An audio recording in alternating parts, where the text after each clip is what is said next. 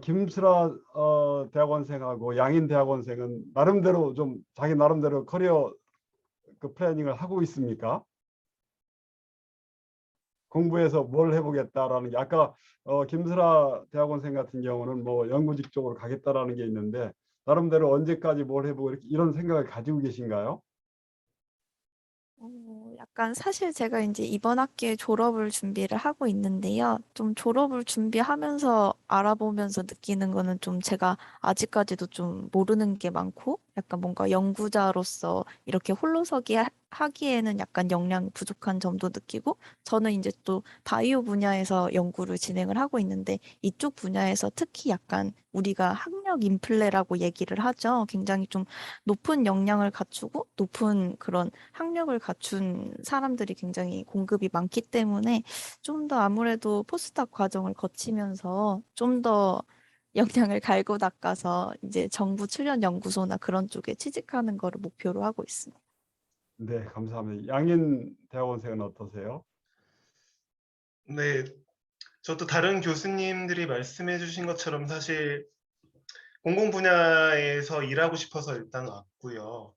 그리고 지금 저도 이제 코스웍이 끝나고 이제 논문 써야 되는 시기인데 이제 아무래도 논문을 마치고 이후에 취업에 대해서 생각해 보지 않을 수 없는데요. 네, 아직 모르겠습니다. 이게 요새 또 취업 시장이 많이 얼어붙어 있고 뭐 지방대라든지 그런 자리에 가 많이 뭐 조금 교수직이라든지 연구직이 많이 없어지는 추세여서 다만 이제 저 같은 경우는 그나마 희망적인 부분은 뭐 공공 부분 정부 출연기관의 일자리는 그래도 아직 조금 여유라기보다는 하여튼 가능성이 조금 있어서 네, 그쪽으로 생각해 보고는 있습니다. 네. 네, 고맙습니다. 아마 이제 박사과정 끝낼 때쯤 되면 많은 고민들을 하실 것 같습니다. 참고로 이제 제 경우를 소개를 해드리면 저는 이제 사실은 저도 다른 직종에 오랫동안 일을 했었습니다. 한 12년 정도 가까이 이제 정부 부처에 있었고 그 다음에 좀 너무 힘들어서 번아웃 돼서 이제 좀 쉬었으면 좋겠다는데 마침 국외 유학 기회가 있어서 유학에 갔습니다. 가서 짐을 풀고 학교 첫 수업 들어가는 순간까지도 야 여기서 좀 여유 있게 공부 좀 하겠지만 쉬다가 가자 이런 마음이 강했어요. 근데 가서 하다 보니까 첫 수업 첫 시간에 그 강의 주제가 이제 미국의 교육사에 관한 거였습니다. 근데 그 교육사 수업을 듣다 보니까 왜 우리가 선진 교육 제도라고 해서 맨날 수입하고자 하는 제도들이 왜 나왔는지 그 탄생 배경들을 좀 알게 되겠더라고요. 그러면서 이거 재밌는데 하는 느낌이 들었습니다. 그 순간부터 야 이거 공무원보다는 이게 훨씬 재밌을 것 같다. 공무원 해가지고 여러 제도 만들어내는데 그 제도들이 실질적으로 교육 현장에 도움이 안 될 것 같은데 그걸 제대로 이해하려면 이 사람들이 어떤 맥락에서 어떤 고민에서 이런 제도를 만들었을까 이거를 알게 되니까 확실히 좀 자신감이 생기는 거죠. 이런 거는 우리가 가져와도 되겠다. 가져와도 안 되겠다. 가져와서는 안 되겠다. 뭐 그런 생각이 들면서 저는 첫 시간에 정했습니다. 그러니까 교수님들이 보신 것처럼 확고한 생각이 처음부터 있을 수는 있지만 조금 시간이 지나면서 자신의 진로를 좀 결정하거나 변경하거나 이런 것들도 가능한 것 같아요. 그래서 대학원 진학을 처음에 야 이거 대단한 결정이기 때문에 내가 정말 모든 것을 쏟아부어서 결정을 하고 이대로 가급적 해봐야 되겠다 이런 생각을 할 수도 있지만 뭐 학부 한 3, 4학년 정도 하고 전공 분야에 대한 조금 관심이 생겼으니까 석사 과정 정도는 한번 해보자 뭐 이런 마음을 가지고 대학원에 도전해도 크게 문제가 있는 건 아닐 것 같은 느낌. 그래서 그렇게 하면 또 나름대로 아까 김슬아 대학원생이 말씀하신 것처럼 조금 못 보던 자기 전문 분야에 대한 못 보던 어떤 것 시야 같은 것이 열릴 수 있고 또 그런 기회도 있지 않을까 하는 생각도 해봤습니다. 뭐 제가 너무 길게 말씀을 드렸는데 아마도 이게 확실한 계획이 있으면 좋겠지만 확실한 계획을 탐색해가는 과정 중에 일부로서 석사 과정 정도는 공부하는 것도 현대 많은 학생들이 좀 이렇게 고민해보는 사항이 아닐까 하는 생각을 해봤습니다. 혹시 김슬아 학생하고 양인 학생 같은 경우는 자기 이제 전공이나 랩을 선택을 할 때 어떤 거를 고민해서 어떤 과정을 통해서 선택을 했는지 질문을 좀 드려봐도 될까요? 지도 교수님이 계셔서 상당히 조금 부담스러울 수 있을 것 같긴 한데 그럼에도 불구하고 솔직하게 자기가 이런 거 고려했었고 이런 거 고민했었다는 말씀을 좀 해주시면 다른 학생들한테 도움이 될 것 같습니다. 네. 제가 먼저 말씀드리면 저 같은 경우는 이제 처음에 석사 과정만 진학을 할 생각이었어서 아주 그렇게 열심히 뭔가 최적의 결정을 내려야겠다 이런 생각으로 연구실을 고르지는 않았었거든요. 왜냐면 저는 이제 학부가 화학생물공학부 소속인데 생물 쪽에 관심이 있었고 그 중에서도 좀 세포를 3차원으로 배양하는 바이오 프린팅이라든지 그런 분야에 관심이 있었었는데 마침 이제 제가 지도 교수님을 모시고 있는 박태현 교수님 연구실에서 자석 나노 입자를 쓰는 어떤 기술을 이용한 연구들이 나오고 있었고 그 부분에 좀 굉장히 흥미를 느껴서 그리고 좀 뒷조사를 해봤을 때 연구실의 분위기라든지 그런 것이 실질적으로 대학원 생활을 지속을 하는데 굉장히 중요하다고 얘기를 들어서 교수님의 인품이나 아니면 내부의 학생들 간의 분위기 이런 거를 바탕으로 결정을 했었거든요.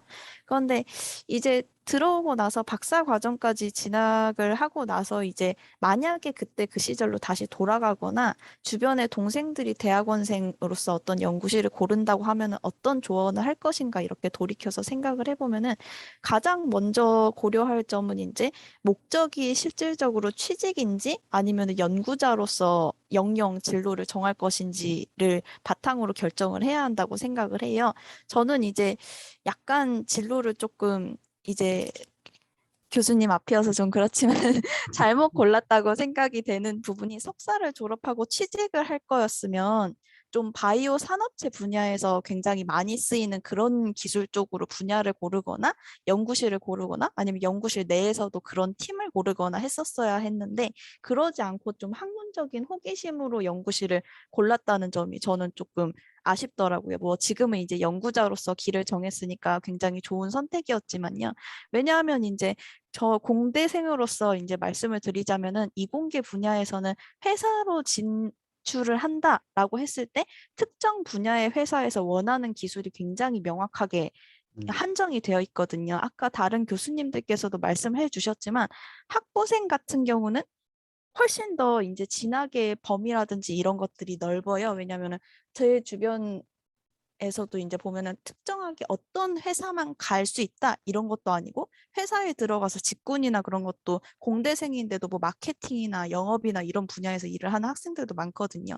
그런데 석사, 박사로 가는 시점부터 이 학생은 전문직이다. 약간 이런 식으로 회사에서 바라보게 되는 거죠. 그래서 이 학생을 뽑으면은 무조건 이런 일을 시켜야 한다. 라고 하는 것들이 정해져 있기 때문에 연구실을 고를 때에도 순수 학문 쪽으로 연구를 하는 연구실들이 있고 굉장히 좀 산업체와 긴밀하게 이렇게 연결이 되어서 산업체에서 쓰이는 기술들을 주로 대학원에서 가르치고 산학장학생 같은 것들도 굉장히 활발하게 연계가 되어 있는 그런 연구실이 있는데 그거를 일단 먼저 골라야 하는 게 가장 중요한 부분이라고 생각을 하고요.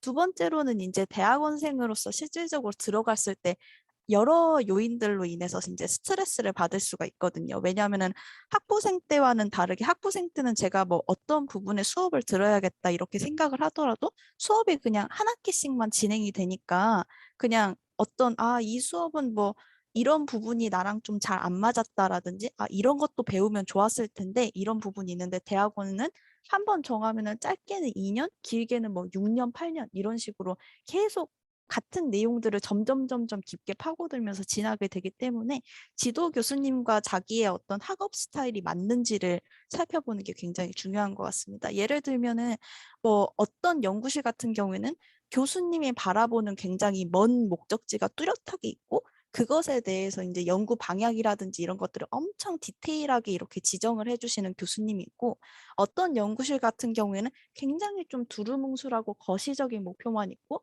그 안에서 학생들이 직접 주체적으로 연구 주제를 찾고 직접적으로 방법도 자신이 알아보고 하는 것을 기대하는 연구실이 있는데, 이런 성향이 연구실에 잘 맞으면 굉장히 좋지만 그렇지 않고 반대로 이렇게 가는 경우에는 학생들이 스트레스를 굉장히 많이 받더라고요. 그런 부분들을 좀 선배들이나 이런 쪽으로 얘기를 많이 들어봐서 정보를 얻는 것이 중요하다고 생각합니다.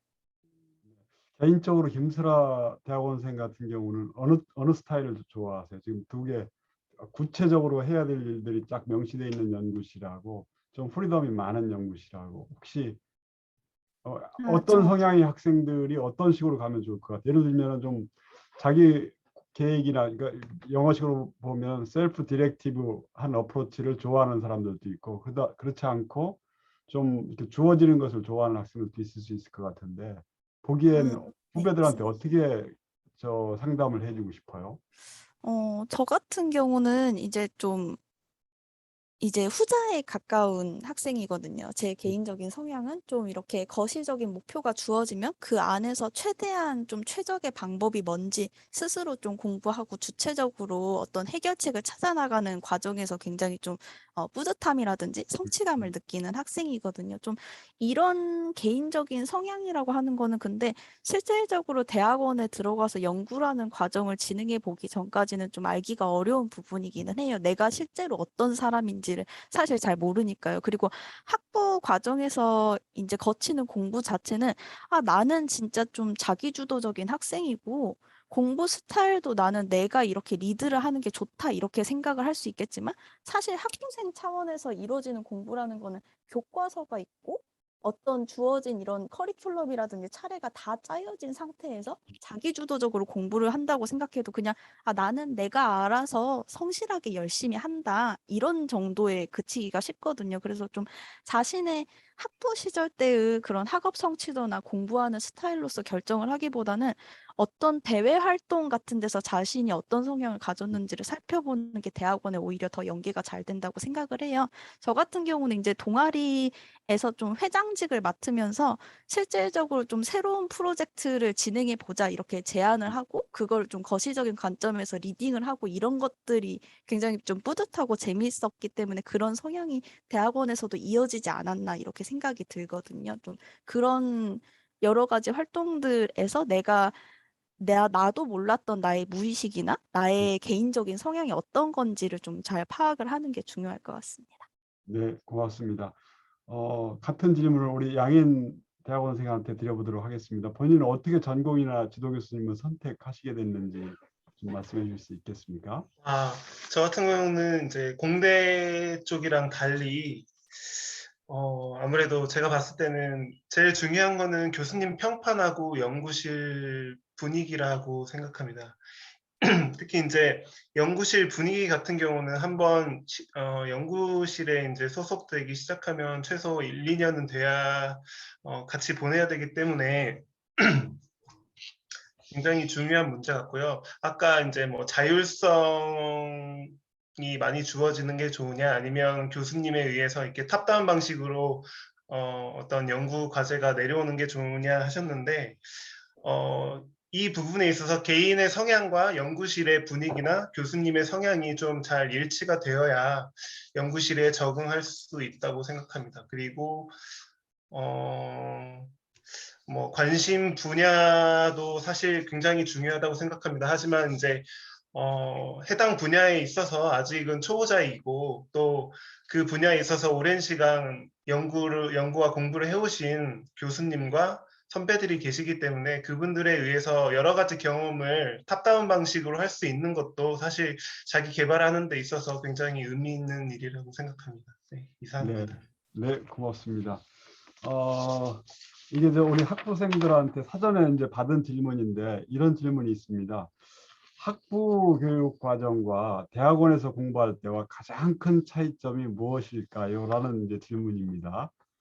혹시 양인 학생 같은 경우는 학부 과정하고 석사 과정이 어떻게 달라는지, 석사하고 박사 과정이 좀 어떻게 다르게 느끼는지 본인 경험을 좀 얘기해 줄 수 있을까요?